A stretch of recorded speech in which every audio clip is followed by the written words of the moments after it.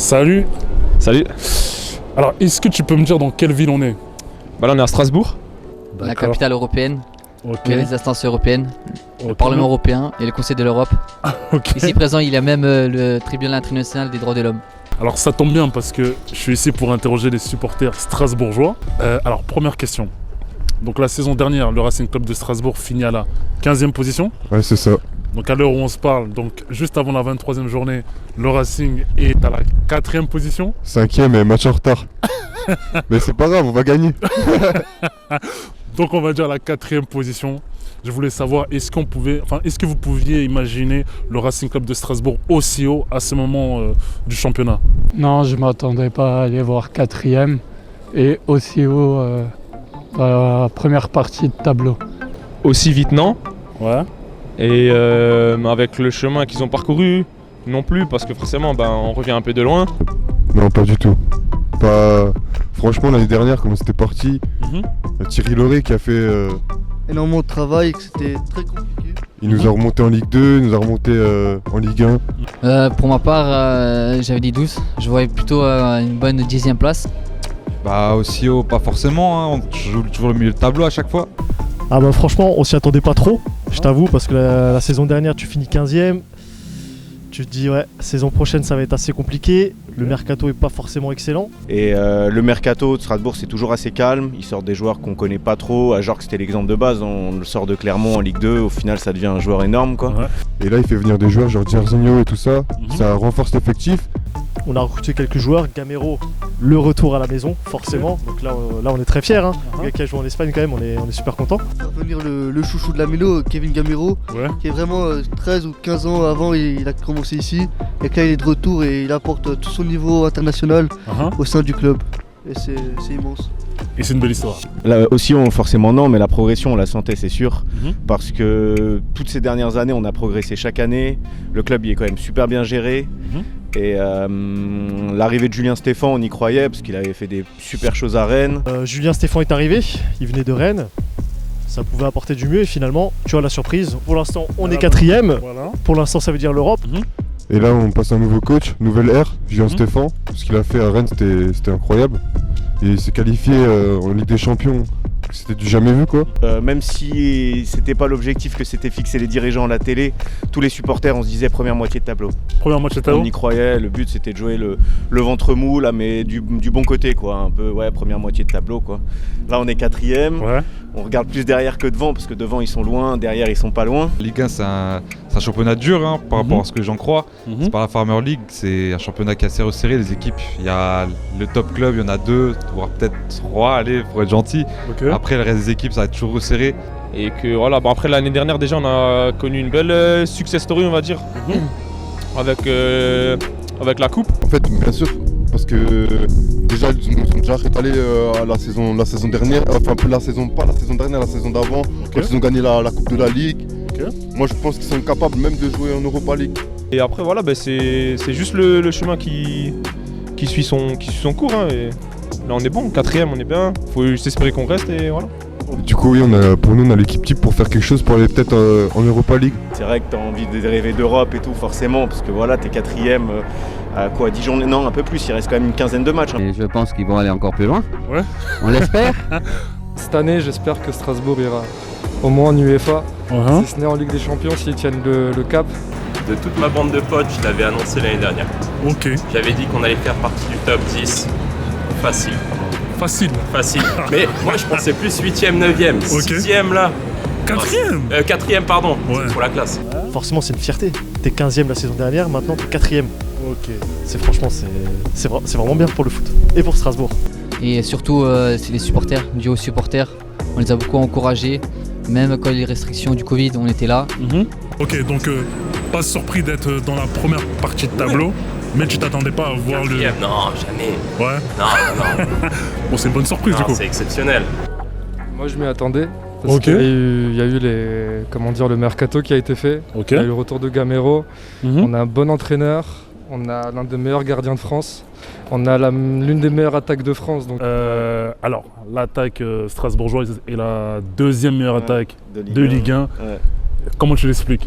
Un recrutement intelligent, pragmatique par le staff, par le président Marc Keller et tous ceux qui les entourent. Je pense que tout ça, c'est un travail des joueurs, déjà. Parce que les mecs, ils ont fini 15e, forcément, je pense que dans leur esprit, les gars, ils se disent va falloir qu'on bosse. On a des supporters derrière nous, on a beaucoup de gens qui sont venus. Quand ils sont montés en Ligue 1. Je trouve que les joueurs se sentent impliqués et il y a une très bonne cohésion dans l'effectif du club. C'est une fierté, c'est je pense d'abord des choix tactiques, c'est la défense à 3, il y a les ailiers, donc il y a beaucoup plus, quand on va voir les matchs à la Méno, il y a beaucoup plus d'apports. Elle domine assez souvent, l'équipe de Strasbourg. Ce qui est le plus impressionnant, c'est qu'au final, on n'a pas changé de système entre les deux coachs, entre Loret et Stéphane. C'est le même système, quoi. C'est le 3-5-2 qui est plutôt un 5-3-2 contre les grosses équipes, quoi. En fait, ça a quand même changé le jeu. Il y a un très bon jeu, c'est du plaisir. Quand on regarde, c'est un plaisir à voir, c'est immense. L'attaque, elle s'est faite, ça a mis du temps à se mettre en place. Gamero, il a aussi un peu de mal à venir. Forcément, il a joué dans des top clubs. Il faut aussi qu'il s'adapte et il a besoin de temps de jeu. Et là, ça s'est fait avec le temps, avec le nouveau coach aussi. Kevin Gamero, je crois, il a pas trop marqué, mais à ce moment-là, je vois, il se révèle, il est en train de mettre des buts, tout ça. On a Kevin Gamero, la dernière fois, qui a mis un beau doublé. Et on est content parce qu'il a eu un peu de mal au début. Finalement, le mec, il a pris ses marques. Et je pense que ça va aller de mieux en mieux, on va dire. C'est un quatuor offensif qui marche très bien. Avec Diallo, qui marque beaucoup de buts. Ajorc aussi qui pèse beaucoup dans la surface adverse, vraiment. Thomasson qui a des bonnes stats, 8 passes, 7 buts, des trucs comme ça. Et à sortir un joueur comme Persic, je pense qu'on n'en parle pas beaucoup, alors qu'il est incroyable, que Laurel faisait jamais jouer. Parce qu'il est un peu fragile, etc. Mais en fait, c'est un super passeur. Il a changé toute la donne. On a Thomasson aussi, qui met ses petits buts. Lui, quand il veut mettre son but, notamment contre Montpellier la dernière fois, on l'a vu. Ajorc, il est chaud. Ajorc, c'est un bon joueur. Franchement, ça se passe bien. Je trouve qu'ils sont complémentaires, Ajorc et Gamero. Et je pense aussi que c'est des joueurs vachement intelligents qui se complètent vachement l'attaque là. Ajorc, c'est un guerrier. Ajorc, c'est un mec qui serait prêt à tout donner pour Strasbourg. Gamero, c'est un cerveau qui sait bien se placer. On a 3 attaquants, les 3 c'est des grands buteurs. Moi j'étais sceptique de Gamero à la base, même si je l'aime beaucoup. Mais en fait, Ajorc Diallo, j'y croyais à fond cette attaque. Et en fait, quand j'ai vu le 3e qui vient et qui en fait, il alterne entre les 3, quoi.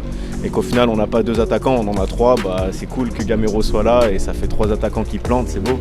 Et c'est beau pour le spectacle. Et puis, il n'y a rien à dire sur une attaque pareille. Genre, ils se complètent tous.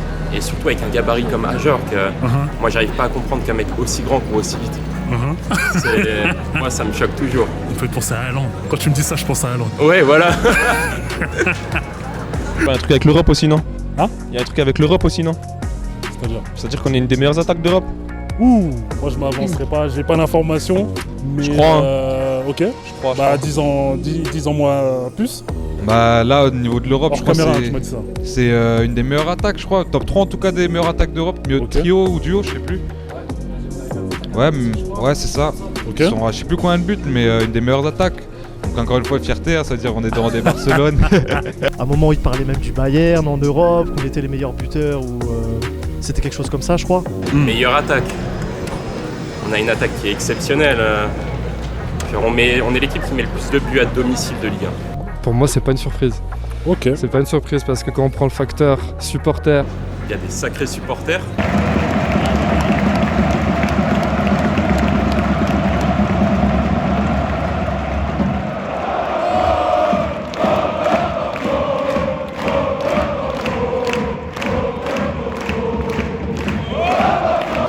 Non, franchement, il n'y a rien à dire. Les supporters du Racing, je pense que c'est une des meilleures ambiances qui existent en Ligue 1. Équipe et la tactique qu'ils mettent en place. Aujourd'hui, on est capable de battre le Paris Saint-Germain chez nous. On l'a déjà fait. Non, franchement, c'est du lourd. Franchement, ils nous régalent. Moi, en tout cas, ils me régalent personnellement. Moi, je suis fier d'habiter ici, de représenter. Fier de ta ville, fier de ton club. Alors, tout à l'heure, tu as parlé des rêves. Alors justement, ma dernière question, c'est un peu de fiction.